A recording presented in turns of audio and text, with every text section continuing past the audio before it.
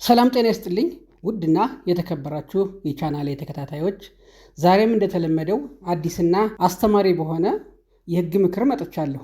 የዛሬው ርዕሳችን እንግዲህ ውርስን የሚመለከት ሲሆን በዚህ ቪዲዮ ውርስ እንዴት እንደሚጣራ የምናይ ይሆናል ማለት ነው። እንግዲህ በዚች ቪዲዮ በባለፈው በሰራሁት በዚች ቪዲዮ ስክሪኑ ላይ በሚታያት ውርስ አጣሪ እንዴት እንደሚሾም ውርስ አጣሪን ማን እንደሚሾመው ተነጋግረን ነበረ።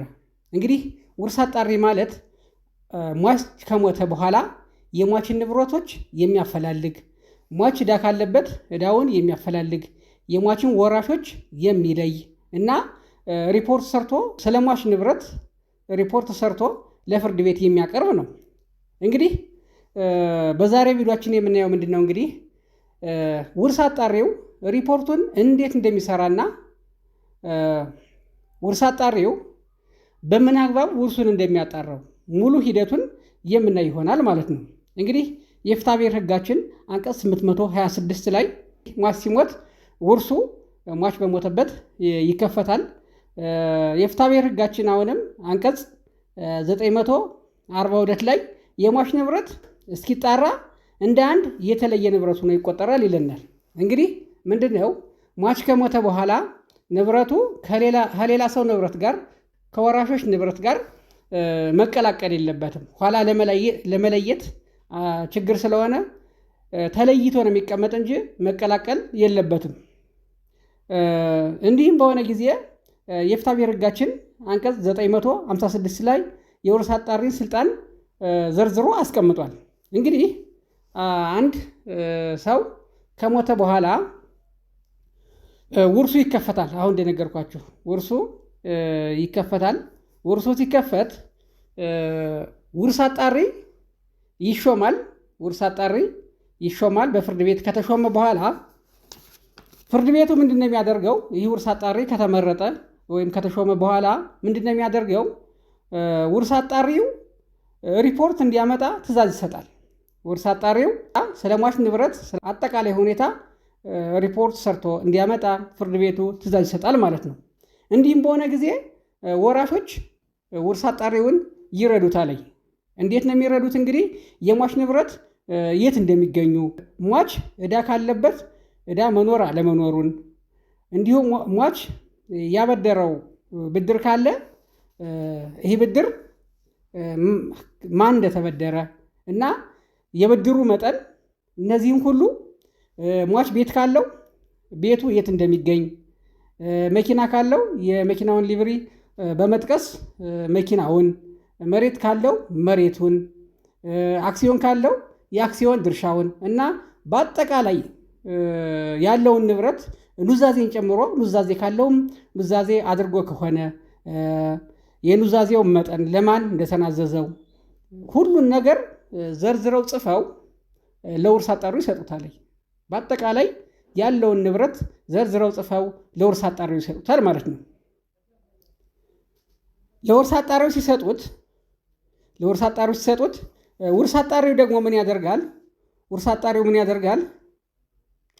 በእነዚህ ተዘርዝረው በተሰጡት ንብረቶች ላይ ለሚመለከተው ሁሉ ደብዳቤ እየጻፈ ያረጋግጣል ማለት ነው።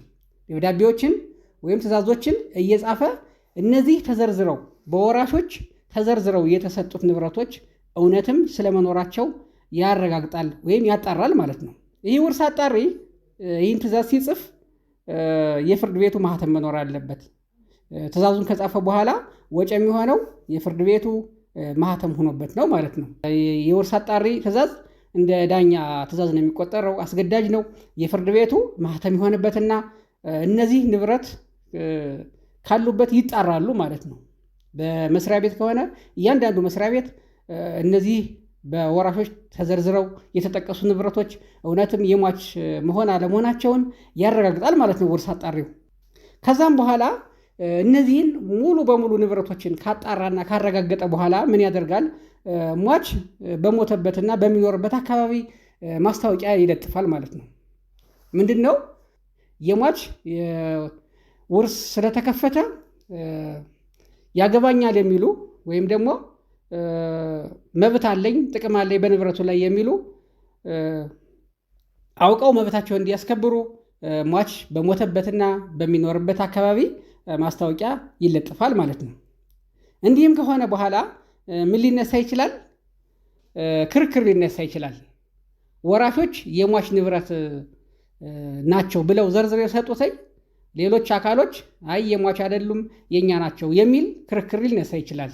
እንዲሁም ወራሾች ራሳቸው እነዚህ ንብረቶች የውርሱ አካል አይደሉም የኛ ናቸው ወይም የኔ ነው በማለት ወራሾችም የግላቸው እንጂ የውርሱ አካል አይደሉም በማለት ሊከራከሩና ተቃውሞ ሊያነሱ ይችላሉ። እንዲህ በሆነ ጊዜ ውርስ አጣሪው ይህን ጉዳይ አቤቱታቸውን ተቀብሎ የሪፖርቱ አካል አድርጎ ለፍርድ ቤት ማቅረብ ነው እንጂ የግራ ቀኙን ቃል ተቀብሎ አከራክሮ ውሳኔ ማሳረፍ አይችልም ማለት ነው። ውሳኔ ማሳረፍ አይችልም። አቤቱታቸውን ተቀብሎ የሪፖርቱ አካል አድርጎ ለፍርድ ቤቱ ማቅረብ ነው እንጂ ውርስ አጣሪ ውሳኔ ማሳረፍ አይችልም። ይህ ንብረት የሟች ነው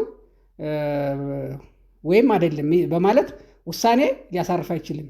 ይህ ንብረት የሟች ነው በማለት ውሳኔ ሊያሳርፍ አይችልም ማለት ነው። ስለዚህ ምንድን ነው የሚያደርግ? አቤቱታቸውን ተቀብሎ ለፍርድ ቤት ማቅረብ ነው ማለት ነው። ይህም የፌዴራል ጠቅላይ ፍርድ ቤት ሰበር ሰሚ ችሎት በመዝገብ ቁጥር 83/66/5 በቅጽ 15 እንዲሁም በመዝገብ ቁጥር 23/32/2 ቅጽ 7 እንዲሁም በቅጽ 11 በመዝገብ ቁጥር 66/7/23 ላይ ተደንግገው ይገኛሉ ማለት ነው።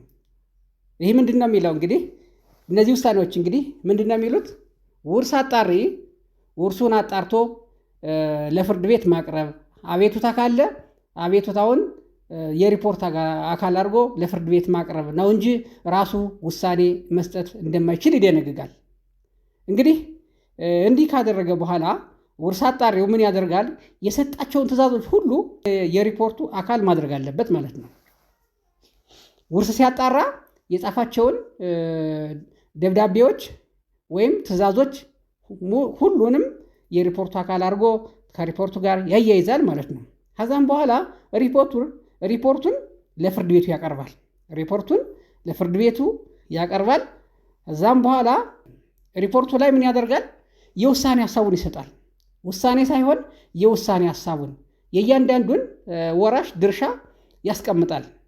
እያንዳንዱን ወራሽ ድርሻውን አስቀምጦ የውሳኔ ሀሳቡን ያስቀምጣል ማለት ነው።